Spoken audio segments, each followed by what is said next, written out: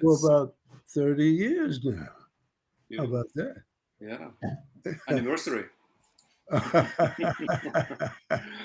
Yes, indeed. I was just listening. Sorry, excuse me. Go on. No. Go on. I was just listening to your beautiful playing with Chad Baker. He's singing "Everything Happens to Me" and your company so beautiful in the back. Really enjoyed that. Yeah, Well, I played for many singers. That's right. And I guess that's the way my career started. Mm. With Demita Joe and Alberta Adams and Lovelace Watkins and O.C. Smith and Roberta Gambarini. It goes on and on. I even played with Carmen McRae and I have many Betty Bebop Carter. It was then. Right. And that was when I was still in Detroit. That's what I wanted to ask. Yeah, this was still back in Detroit, where when you started to accompany singers. Yes. Yeah. Yes, indeed. And I was in a band with Joe Henderson and Albert Aarons,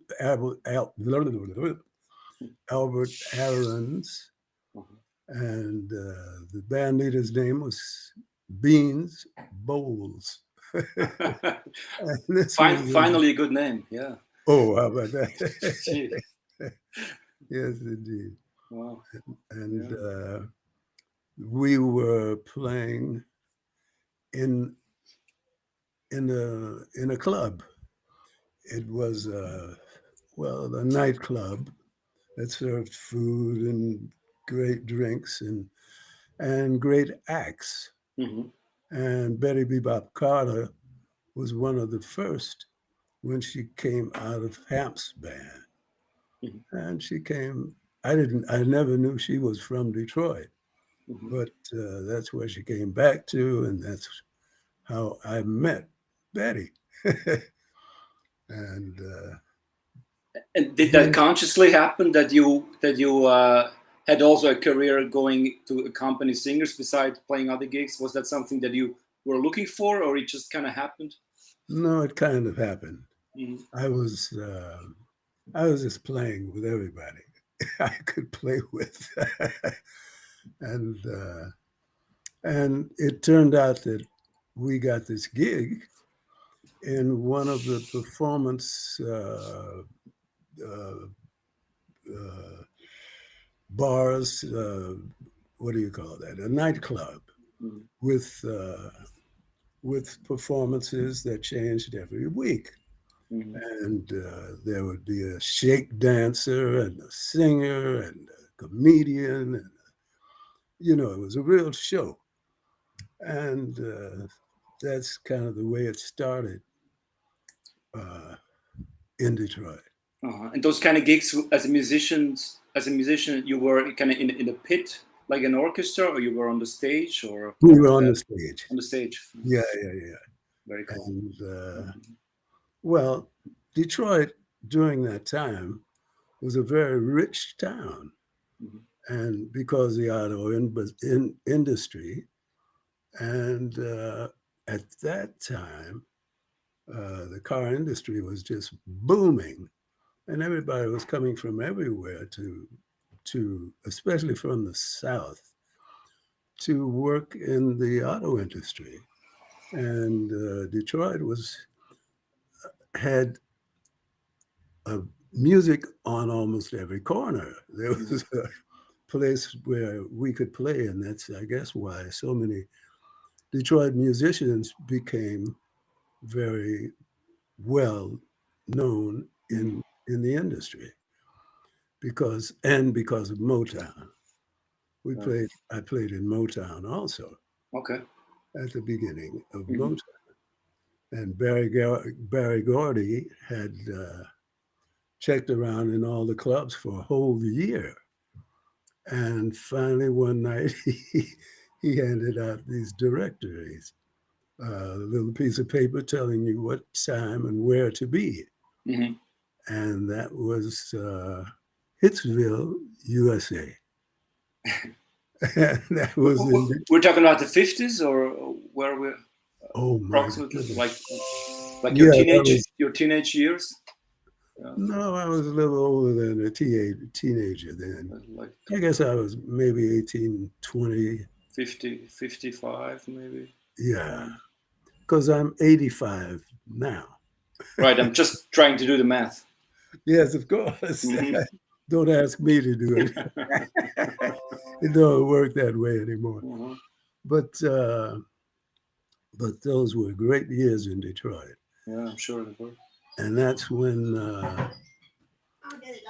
Joe Henderson came from Lima, Ohio, to go to Wayne University in Detroit. And the second week he was there, he was in our band. And Joe Henderson was great. He was always great. He never got better. He was just always great. Mhm. And You mean it sounded the same back then, not just in the recent years that we maybe are familiar with? right, he Yeah, was always always like that. great. Uh-huh. He was always perfect for whatever situation. Mhm. He could write. He could read backwards and upside down. He could play in any situation. He was wonderful. Mhm. And he was one of my best friends. That was great. Perfect. Mhm. He and I, after the gig, after whatever the gig was, Mhm. we would go to his house or my house and play chess all night. And he was a great friend. You still play clarinet and flute? Yeah, Yeah. I usually take the flute with me Hmm. on gigs now. Hmm. I play the clarinet, but I bought one of David Murray's bass clarinets from him, Hmm. and I love playing the bass clarinet. Hmm. But it's too heavy to carry around, so I just play it here in the house. Hmm. Hmm. And but pardon me, Hmm. tell him about your memoirs. Oh, right. And okay, I was just handed a note to tell you about. I'm writing a book. I have been for a few Okay. years, Cool. and it's called Coming and Going. Hmm. But it's certain parts of the book are on the internet, and it's for free. You can look it up because it isn't finished. I mean, how does a painter know when he's finished a painting? Hmm. So, how do I know when I finish my book? It never finishes, I guess. So it's jazz anecdotes from your life, basically, or? From my life, Uh-huh. talking about my beginnings and right up to now. Hmm. But it's because of the COVID, because of many things, Hmm. um, it isn't finished. And one thing was because of my editor, who's in New York, Mary Follier, had a fall, and she wasn't able to finish editing the book. Hmm. So it got on hold, Hmm. and I don't know, being locked down for so long just turned my head around. Hmm. No playing, no. So I just sat around for all that time, playing the bass clarinet now and then. Very good. Yeah. Beautiful. Yes, Yeah, indeed. yeah. Can you share some memories, some thoughts, some whatever back in the time when you had the chance to play with Chet Baker, Sonny Stitt, and some of those illustrious names that I just read that you had the chance to play Oh, with? wow. Well, Sonny Stitt was from Michigan. And one day he just chose me and said, "Come and let's tour Michigan." Mhm. So we played everywhere in Michigan with Sonny Stitt. and I can't remember. I guess it was Clarence Sherrill, which was who is, if he's still around, a great bass player, and he was playing with the Windsor Symphony Orchestra when he wasn't playing with us. Okay. So, and can't remember who the drummer was. Maybe it was Moyer. Maybe it was Famadou Moyer. Famadou Don Moyer. Okay.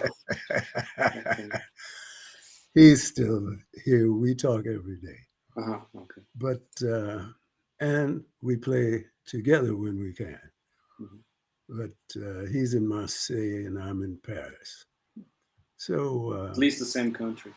Yes, indeed. Yes, indeed. And well, where was I? So those guys heard you playing in a club, and they said, "Kirk, could you please play with me the next week?" Or kind of loose? How did I get together with Chet Baker?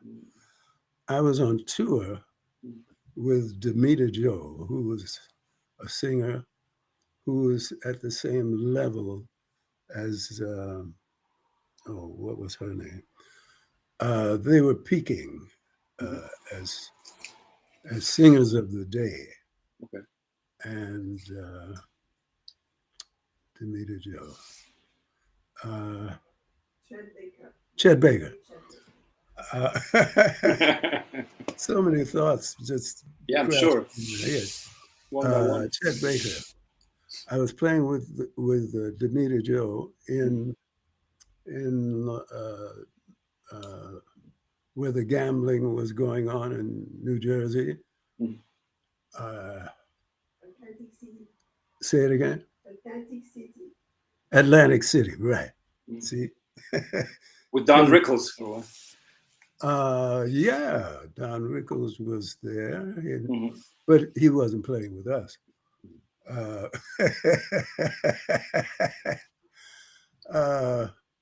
And it was with Roy Brooks, who had joined the band because our drummer had fallen off the back of the stage in New York. And he was in the hospital, so we had to choose another. And Roy Brooks was available. And he was an old great friend of mine from Detroit. So he joined the band. And he got a call from George Coleman, I guess, or someone about he and I playing together with Chet Baker and George Coleman. And who was a bass player? Another bass player from Detroit. I'll think of his name maybe in a moment. But we went from New Jersey to New York every day for 5 days and we recorded enough music with Chet and George Coleman for 3 or 4 albums. And then Sonny Stitt and the trombonist, can't think of his name. Famous one? Yeah. J.J. Johnson, Curtis Fuller. No, not those guys. I think of it in a moment. We'll come later. And so that was when I recorded. It must have been 5 albums with Chet Baker and George Coleman. Beautiful. And then that was in 3 or 4 days. And then 2 albums with Sonny Stitt and that one. That one. I see. Benny Green, not the pianist, the trombonist. Okay. He was way back there. and he was one of the studio musicians Okay. in the studio bands in New York at the time. Mm. And we did 2 albums with Benny Green and Sonny Stitt, Mm. and that And, was yeah, and you guys recorded like a single session, 3 hours, one album, then the next album, kind of like that. right. Mhm. And the composer of some of the tunes was sitting there in the control room writing out the next tune, Yeah. and which was quite interesting because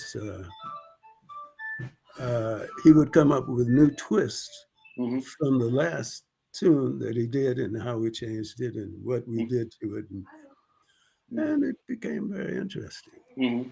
So was a progress inside the studio even now? I mean, from Yeah, from take to take or song to song. yes, indeed, Mm-hmm. yes, indeed, and it was great having him there, Mm-hmm. the composer of a lot of the songs, Mm-hmm. and so it was one of my introductions Mm-hmm. into the recording world, Mm-hmm. and it was quite a good one. Mm-hmm. Yeah. Yes, indeed. Yes, indeed. Yeah. And when did you change to Paris? Like this is 20 years ago, I guess. Almost 30 years ago. Almost 30 years. Yes, Yeah. indeed. Well, at that time, uh, I don't know, I had been in New York for 30 years at that time Mm-hmm. and doing quite well, and traveling with lots of people. The leaders were Mm-hmm. happening then, and then I mean, so many bands. I was playing at uh,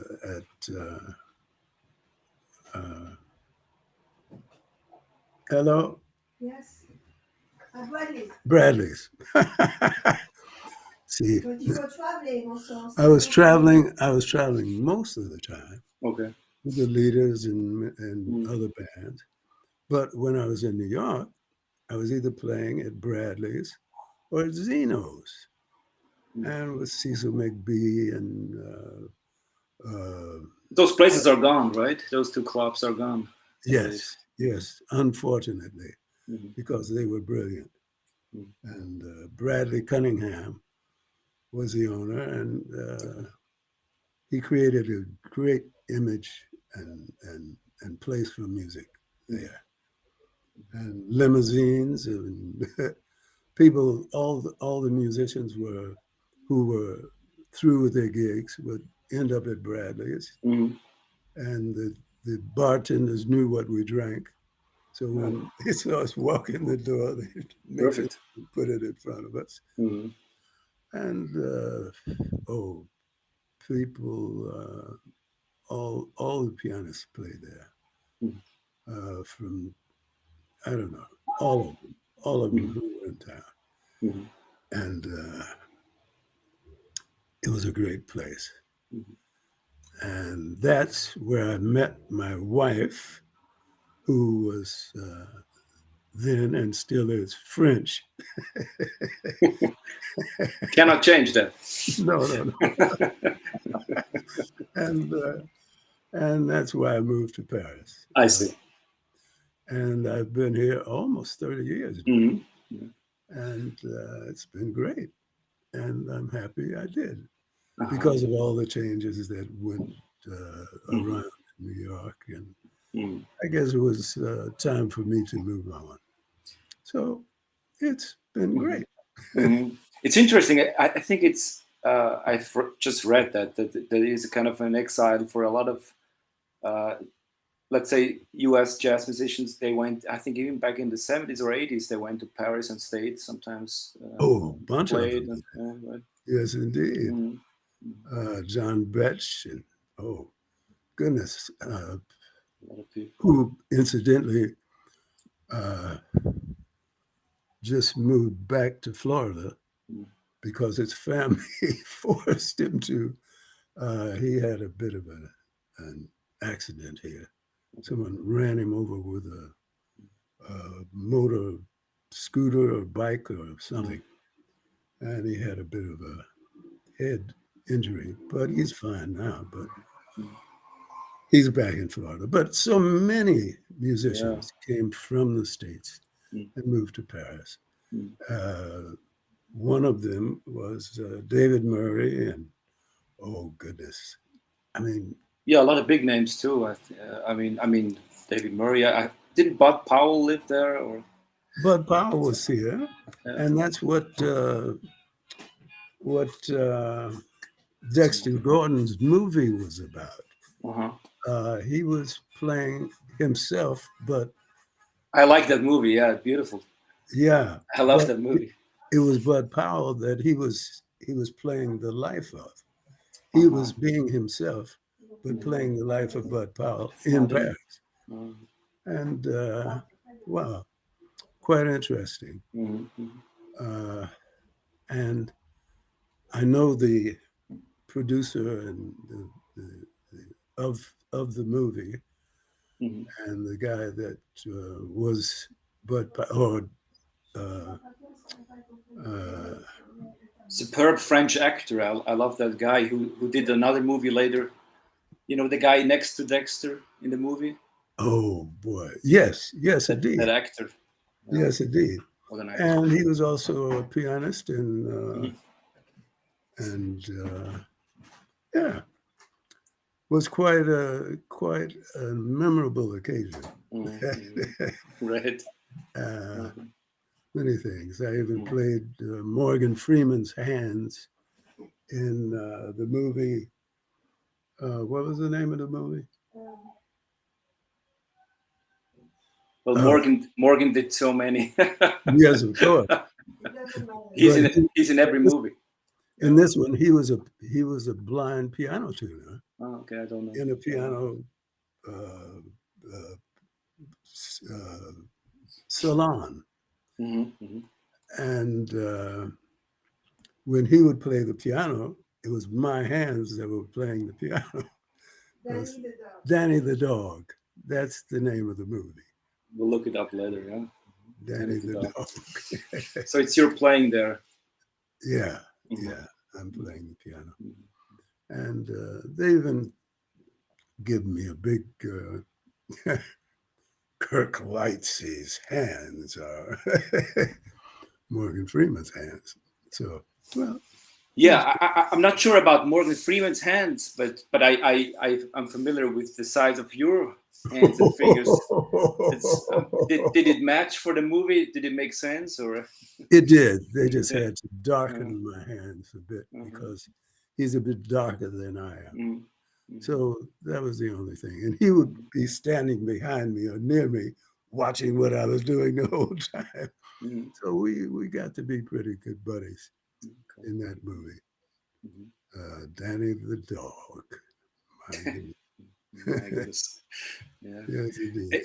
You learned the craft by yourself to play the piano, or you had some teachers, some lessons, or? I had many teachers. Many teachers. And my first teacher was when I was in elementary school, and her name was Miss Tarver, and I had asked my mother. There was always a piano in our house when I was born. Nobody played it. My grandmother plucked around on it with 2 fingers. But they would have great pianists come in and play for their card parties. My family did. And that was kind of my starting. We always heard great jazz music and great music in the house. But when these pianists would come and play for their card parties and dances at the house, I would sneak out of bed and sit next to the pianist. Eddie Hines was my favorite one, who was great. And I would just listen and look, and I guess it all kind of got in my head. And well, my piano lessons started at 5 when I asked my mother, and it started at my elementary school. And when she couldn't teach me anymore, she sent me to Miss Matthews, who was an early teacher, pardon me, and a great one. But when she couldn't teach me anymore, then she sent me to Tommy Flanagan's brother, whose name is Johnson Flanagan. Okay. And when he had to go on the road after a few months of teaching me, then he sent me to Tommy's teacher, who turned out to be Barry Harris's teacher, Alice McLeod Coltrane's teacher, Ruth Watts's teacher, many great pianist teachers. So we are already talking jazz specifics on the piano. No, after learning the basic fingerings and. No, I was into classical music then. Oh, that was so classical. We were all learning classical music, piano music. And then, after a few years of studying with Gladys Wade Dillard, we kind of all got together with Barry Harris. Tommy would play differently than Barry. Barry was a Bud Powell follower. Tommy Flanagan was his own voice, and I liked Tommy Flanagan. So I would always go and listen to Tommy, but we would always be at Barry Harris's house to learn the fundamentals of playing jazz piano and accompanying and what have you. This is in Detroit still? Yeah, this is still in Detroit. And I was in Detroit for most of my young life. I mean, until, I don't know. I went to New York briefly with Melba Liston. I guess that was after I was in the Army. But Melba Liston and her all-girl band, the night when I went to hear her, her pianist, whose name I've forgotten now, had gone to the hospital to have her baby. And they hadn't chosen another pianist. And they were just playing in a quartet. And when I walked in the door to the Bluebird Inn in Detroit, Clarence just took me by the hand and took me up to the stage. And that's how I got to New York the first time. That was before the Army, I'm told. And when the set was over, this was the last set of Melba's band in, I guess, a 2-week period or something. And she asked me if I wanted to go to New York. And that was every musician's plan in Detroit, to somehow go to New York.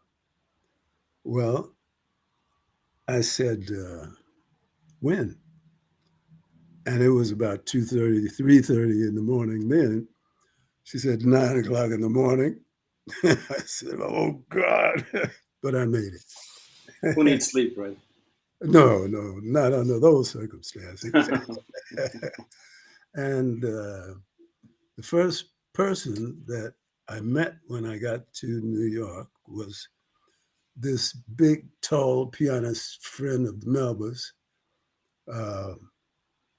What's his name? Weston, Randy Weston. Yeah. He was my first entry person to New York City. And he and I have been friends since then.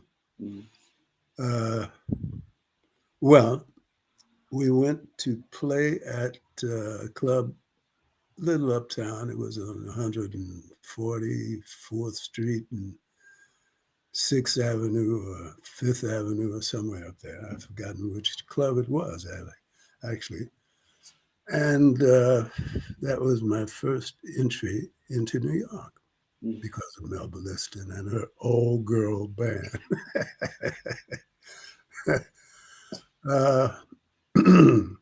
Then I met, I'm forgetting her name now, but it was another singer whose manager was the same manager as Melba Liston's manager. Mm. And he needed a pianist to go with a singer. I can't remember her name now, but she was married to flugelhorn player, famous flugelhorn. He only played the flugelhorn. On the flugelhorn. Only the flugelhorn. Mm. And well, she was married to him. But I went for 2 weeks in DC at a big hotel there with, almost had her name, but, and that was my first visit to New York. Mm. And the rest followed, Mm. the Army and many things. I was in the Army with Rudolph Johnson, who's a great tenor player who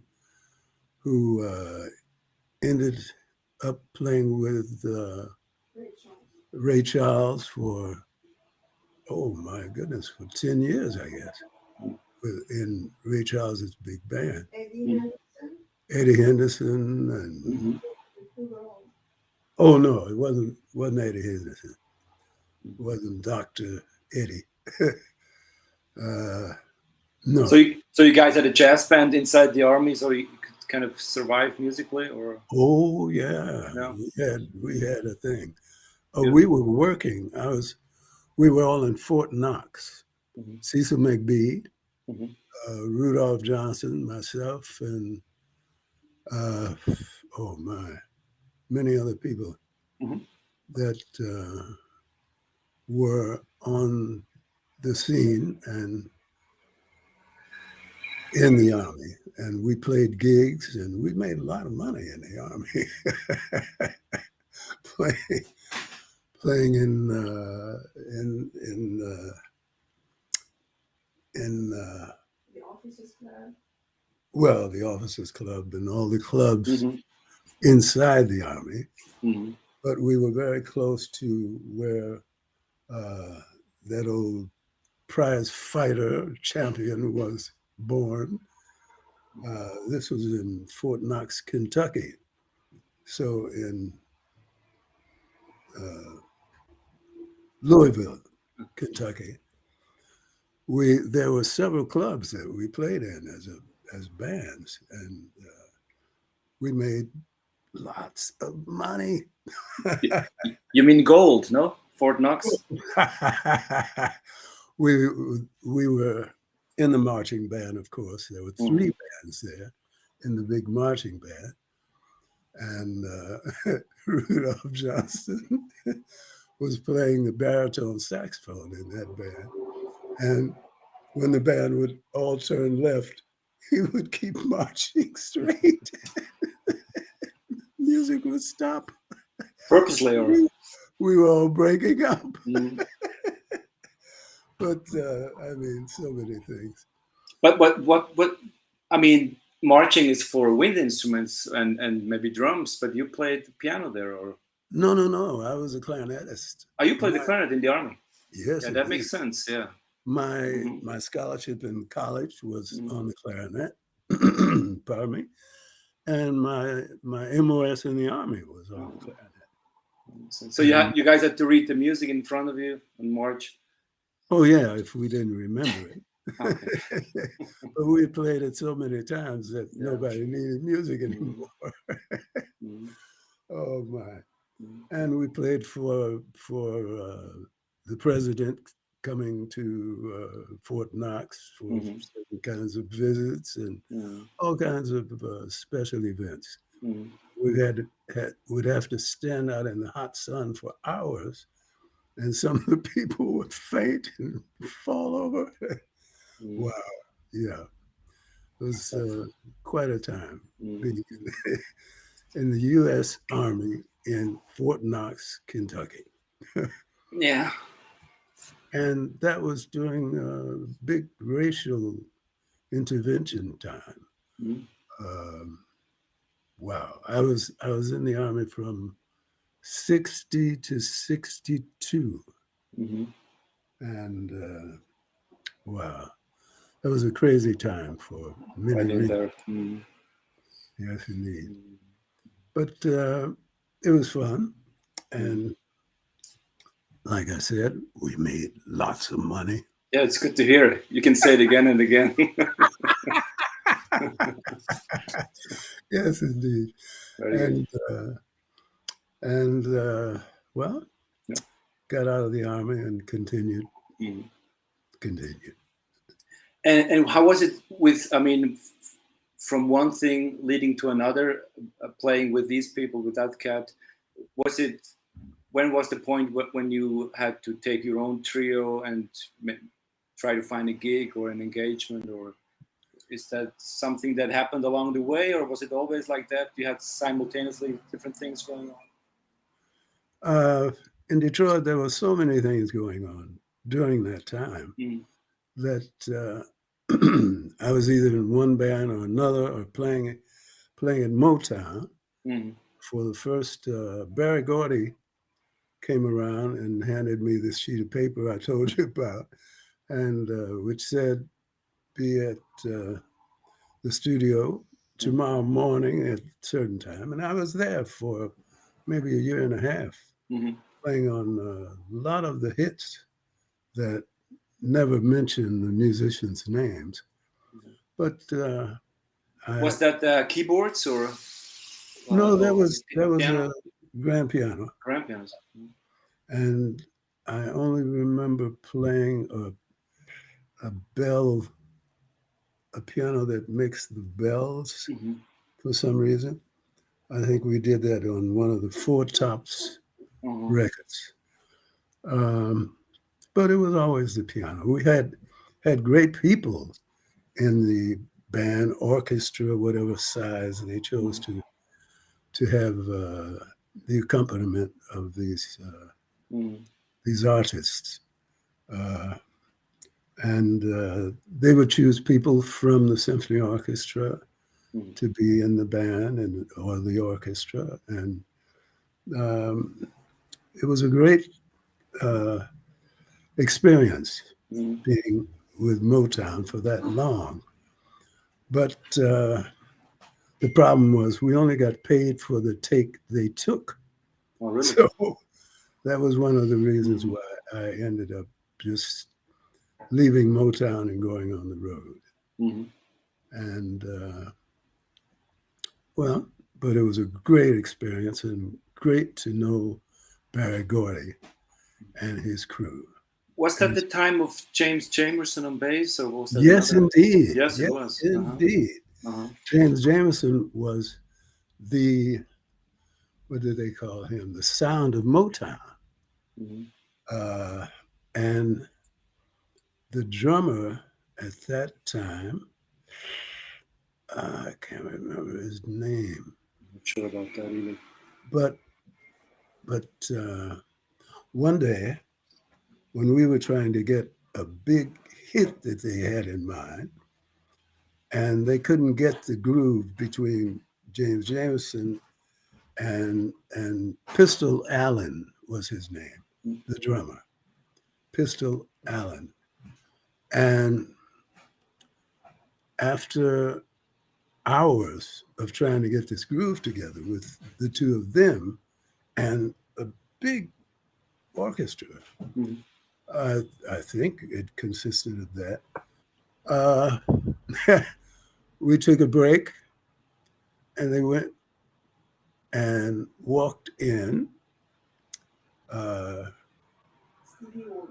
Stevie Wonder, and he must have been about 14, 15 years old, and sat him at the drums.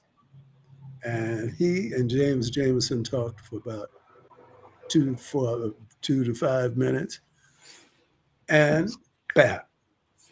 We hit it just like that. That was the take. Mm-hmm. Yes, indeed.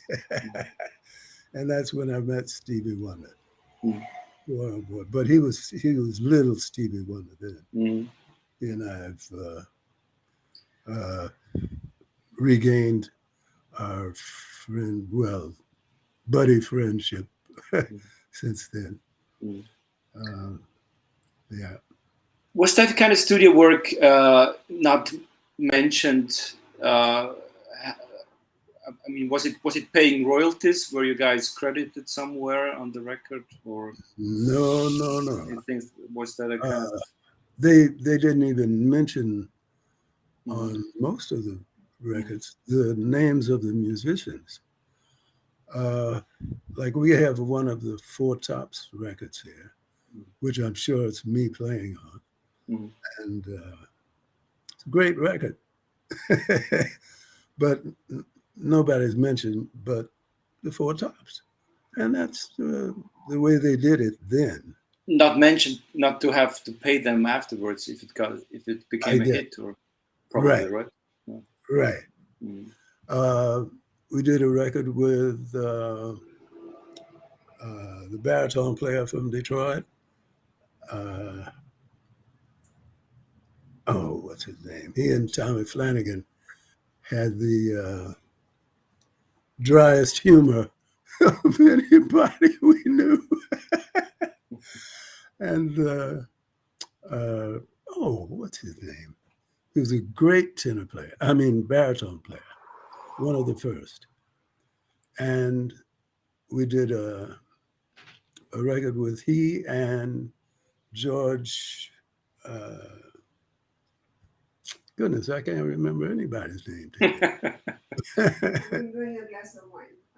Baritone player. Detroit. Oh goodness, how could I forget his name? Is it a name that I would be familiar with? Oh, of course. Baritone saxophone, you said. Yeah, and he played in the Monday night Thad Jones band. Pepper Adams. Pepper Adams, thank you, sir.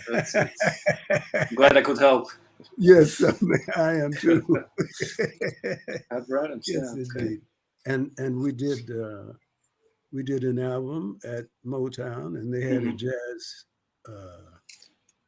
side, and I think it was Clarence Sherrill, Roy Brooks, myself, Pepper, and George. Can't remember George's name. George trombone. Trombone, yeah, and he was from Detroit. Great player, great friend of mine still, and I can't think of his name. I'll think of it shortly. But yeah, we did a bunch of jazz records at Motown, through Motown. Was that one studio where everything happened, or many studios? Well, no, it was one studio. One studio that they had at this house. It was a house on West Grand Boulevard in Detroit, that they named Hitsville, USA, and it still exists. It's still there, and it's now like a museum of the old place. And now Barry's operation is from L.A. George. Goodness, I can't think of George's name. No, he's a pianist. I know it's George. Trombone George. Okay. Yeah, it will come to us later. Yes, indeed. I hope so. Or he'll strangle me. You know, we have one mutual buddy, Tibor Elekes, on the bass. Oh yeah. When you guys met and started playing, because he's living in Basel, as far as I know, and I'm Yes, he's still in Basel, and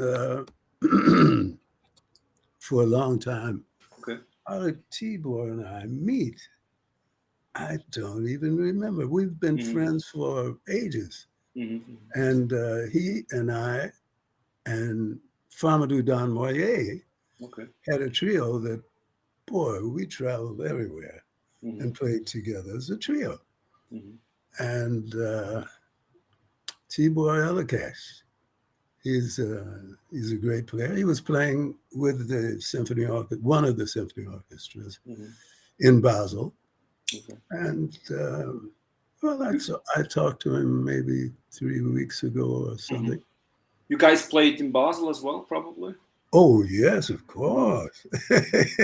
Bird's Eye or where? At the Bird's Eye, right. At the old Bird's Eye and the new Bird's Eye. Where was the old one? Oh, God. Where's an old one? Yeah. I can't tell you where it was, though. Yeah. Interesting. I thought it was always at the same spot. But... No. This is a new one.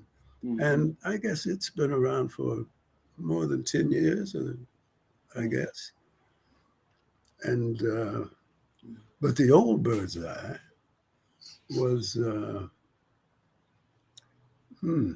wasn't in downtown Basel. It was kind of on the outskirts. It seems. And Tibor and I have been buddies for ages, but I just don't remember how we met. It's wow, I'll have to ask him that. Well, yeah. Later. It's just, yeah. Yes. Yeah, sometimes it's escaping, right? If you're, it's just about the music, and maybe not everything counts. Oh yeah, we've traveled all over the place. Done a lot in Italy and and I mean all over. Famadou Don Moyer is one of my best friends, and he and I talk to Tibor quite often. But we haven't had a chance to play together in a very long time, since before COVID. And I almost got caught in New York and got the last plane out of New York back to Paris to be locked down for so long. For the next 2 years, yeah. Boy, oh boy, but it was great I got out of there. Because I would have been stuck back in New York. Oh my! But New York still is one of my favorite cities, and still a lot of my friends are still hanging on in New York, and some of them doing great. And how's Paris? Are you playing these days in Paris, or what? Is it kind of some break? Or you just mentioned you were on a cruise. I guess that was some vacation, maybe. Yeah, that was vacation. I didn't play on this cruise. The first cruise I was on was a plane cruise. I was there with, oh God, here we go with names again. We're talking jazz cruises, or just, yeah. Oh yeah, very, very much.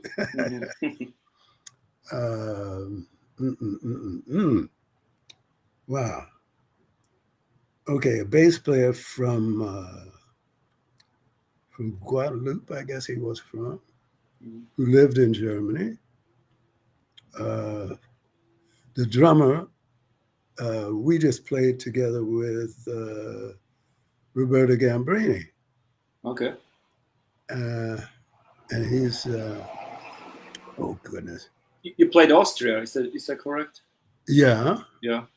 And I play Austria quite often at Paul Zauner's place in Perugia. Perugia? No, Perugia is Italy. No, not Perugia. In Passau.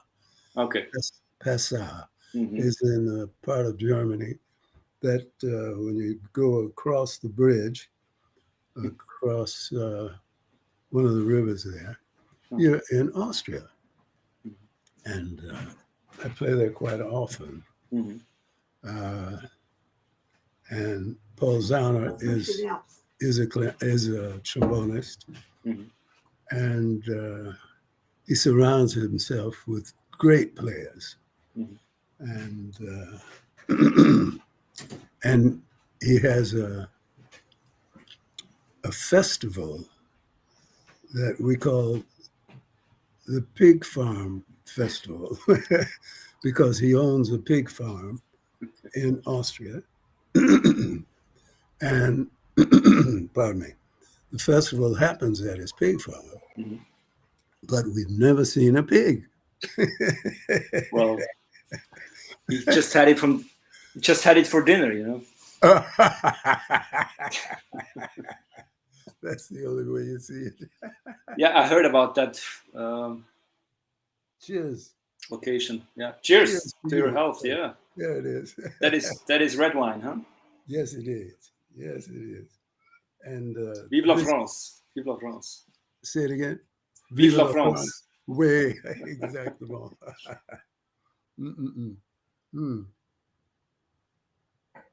Mm. Wow. And now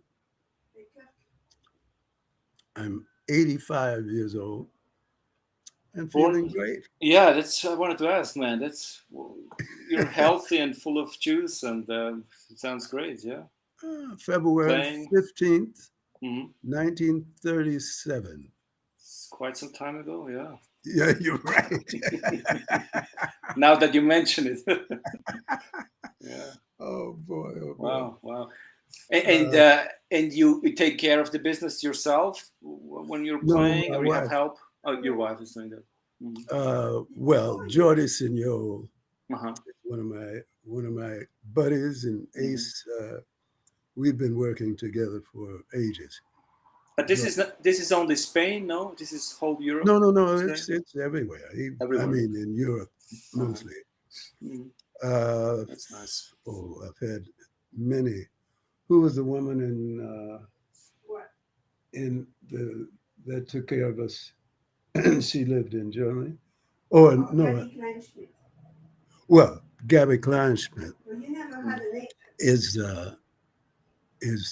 one of the people, and now her son took over her business. I see. And I mentioned Jordi Signol, but he handles business all over the place. And the tour that I was just on was handled by her son, Frank Kleinschmidt. Okay. And it was quite a nice tour. And this was with Gambrini, Roberta Gambrini. That's great. So you just have to go and play, and the rest is taken care of. I mean, that's right. Ooh, that's great. I like it. And it's about time. You know? Yeah. And it's still a joy and a pleasure, and especially to play with great people like Roberta Gambrini. And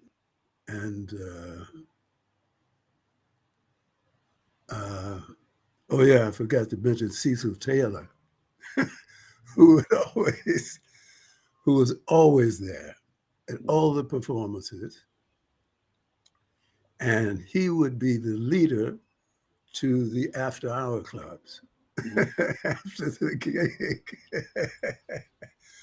Cecil Taylor, great player. Is Cecil still alive? Well, I'm sometimes mixed up with all the names and if they are still around or not. I have no idea. Cecil Taylor. Yeah. Crazy, yeah. For several years. Oh, I've just been told Cecil passed several years ago. Okay. Where was that? He was, No, that was in New York. He used to hang at Bradley's all the time. Mhm.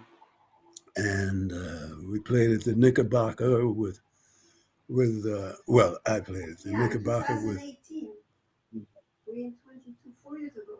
oh, that was Cecil Taylor, who died that long ago in Yeah, 2018. that's right. Ron Carter and I used to play right down the street on at the Knickerbocker, which is a restaurant Okay. with music, Mhm. a great restaurant. And it's still there, and they still have music there, but I haven't played there in years now. But Ron and I used to play there often. Mhm. And by the way, Ron Carter and I and uh, quite a number of people were in the same, band Mhm. in high school. Oh. We were at Cass Tech in Detroit, Mhm. and Ron at that time was playing the cello. He wanted to become a classical musician in the orchestra, I heard, right? With Yeah, it was kind of like that, but I knew during those times that would never happen. yeah. From Cass Tech, some of the people would stay on, they would flunk out of their classes so that they could stay on in the orchestra or the band, Mhm. just to play with these great musicians at Mhm. Cass Tech. Mhm. And from Cass Tech, some of the musicians would go straight into the symphony orchestra. Mhm. It was Not the black ones. no, not not my colored my color ones that at that time. I mean, it was very racist in Detroit and many places at that time, but it wasn't racist in our school, Mhm. Cass Tech. At least. Cass Tech was a phenomenal place Mhm. to be, to go, to study, and and that was there was no you had to have a it was like being in college, your first year in college when you Mhm. graduated from Cass, and you had to have a major. So I couldn't major on the piano, so I had to major on the clarinet, Mhm. which I had played and learned in intermediate school at Mhm. McMichael. And well, that's Mhm. how it went. And it was such a pleasure, such a great honor to have gone to Cass Tech. Hugh Lawson was there. Uh, Another trombone player. I can't remember his name. Just do the sign. It's okay. Oh my! Boy, it was. Yeah, you played with so many people. I mean, it's impossible to keep track of, I guess. Mhm. I have to write down all the names, Mhm. especially while writing this book, Uh-huh. and a lot of the things that we talked about today Mhm. are in the book. Mhm. I And sent you the link. and I think my wife has just sent you the list, The link. the Yeah, link. I got an email. I saw. Yeah, I have to check this. Oh, okay. Yeah. With all the mistakes you did, right? Oh boy, oh boy. Oh my. I'm reading links that are being sent to me right now. Oh, okay. And that's how I came up with Cecil Taylor's name. Because Cecil was always there, but sometimes I forget about it. Yeah. Um, Do you have a favorite setting of when you play music? Do you have a favorite group of instruments or friends around you that you feel most comfortable playing, hmm. or you enjoy the variety of having the chance to play different With stuff? different people. Yeah, is it that what makes it interesting for you? It does make it interesting. Yeah. But on the setup, on stage or wherever it is, I have to be able to see the drummer. Mhm. And I like the sound of the bass to be close to me. Mhm. all the rest is can be where it has to be. So trio is your main. You would say trio is the nucleus of a group, and then whatever you can add if you Right, if right, you're in the mood to. right, exactly. Okay. Mhm. And I love playing with certain people, Mhm. certain people. Mhm. Wow.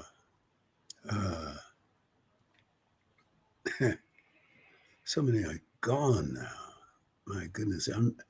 Rufus Reed taught me Mhm. to play with Dexter Gordon. Yeah, I just found a clip too where I think you guys played in Brazil. I Oh, found I yeah. found a gig in the '80s. You played in Right, Brazil, yeah. right. We played in Brazil, Uh-huh. and Woody Shaw's band also played opposite us Mhm. in Brazil at that time. Mhm. And then, boy, I went on a world tour with with with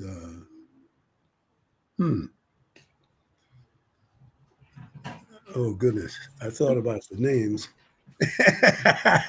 Steve,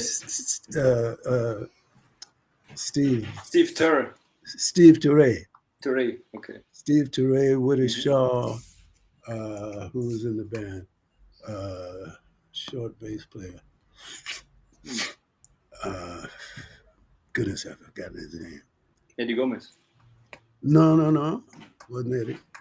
I have a picture. I don't have a list. And She has a picture, not and a. Moon is trying to get in touch. Oh, okay. Boy, oh boy, what a day this is. Yeah, We have a visitor with us, dinner time, right? almost, Mm-hmm. but we have this visitor who is a great person in making movies, Mhm. and from Malaysia, from Okay. Kuala Lumpur, Uh-huh. where I have gone and played many times at a club called No Black Tie. I heard about that one. Yes, Yeah, indeed. so It was you were wonderful. there. Uh-huh. Yes, indeed. Mhm. And I played there many times. Mhm. And I even went with the two sisters, uh, Evelyn and Maylene, Mhm. High, or they might say he, with the H double I. Uh-huh.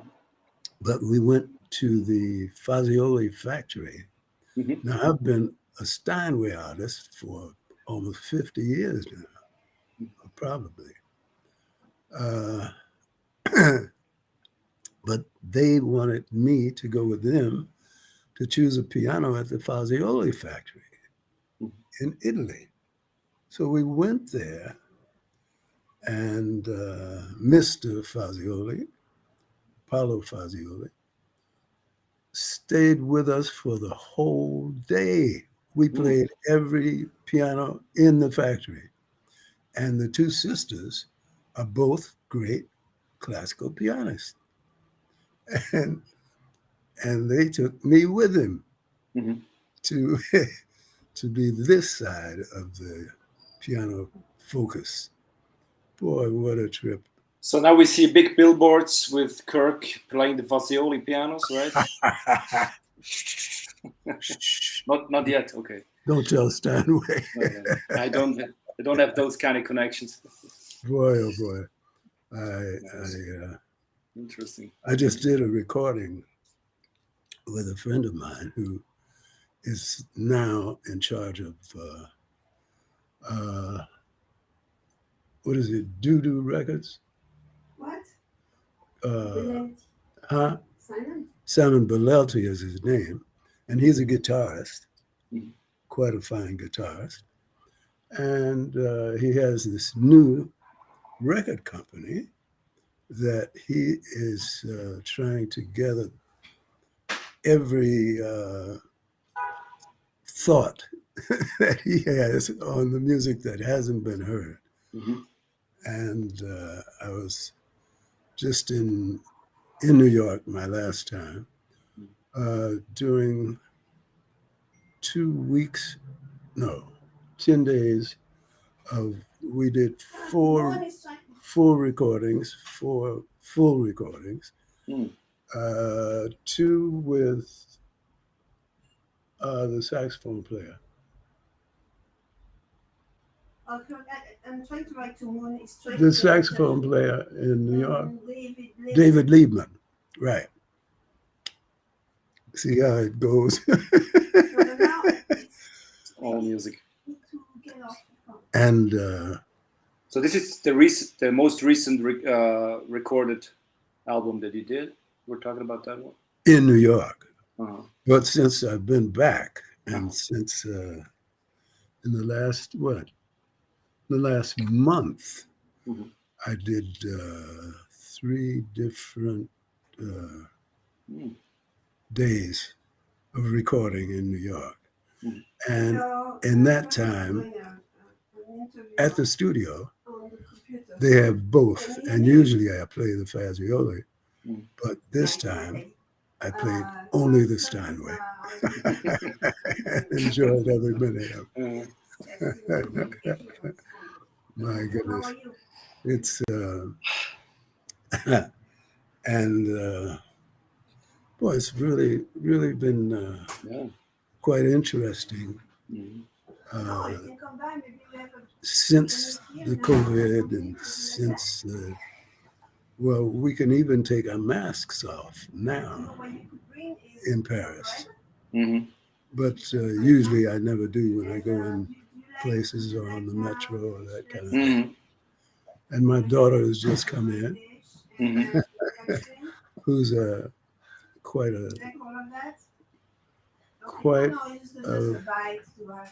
a mind. She's a great mind. And my wife is trying to get me off. Yeah, I was.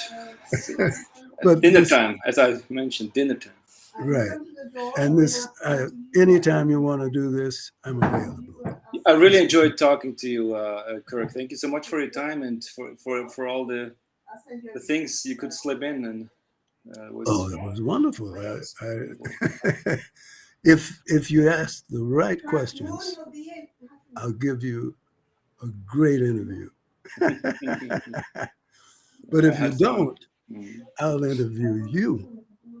Right. I take this as a compliment. Oh, great. I enjoyed it. Thank you so much, Kirk. Thank you so much. Hey, thank you, man. Yeah. And like I say, anytime. Yeah. Have a lovely evening and till soon, hopefully. Great. Okay. Take care. Mercy. All right.